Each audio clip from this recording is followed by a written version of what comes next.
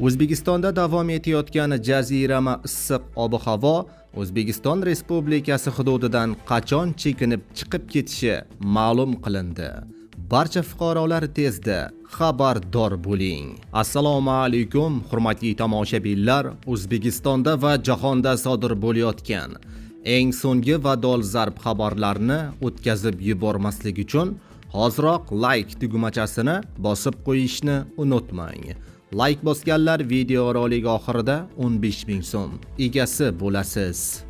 Diqqat qiling, O'zbekistonda 19-iyul kuni xavfli chang to'zonlar va kuchli shamol bo'ladi.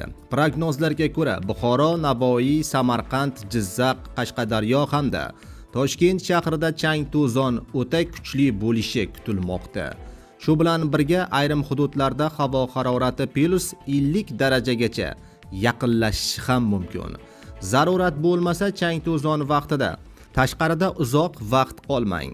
Deraza va eshiklarni yopiq tuting hamda imkon qadar niqobdan foydalaning.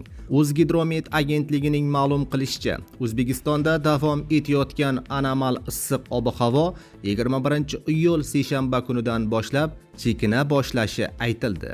Bu haqida rasman O'zgidromet agentligi ma'lum qildi. Azizlar, so'nggi xabarlarni doimo kuzatib borish uchun kanalimizga obuna bo'lib, videorolik ostiga like tugmachasini bosib qo'yishni unutmang.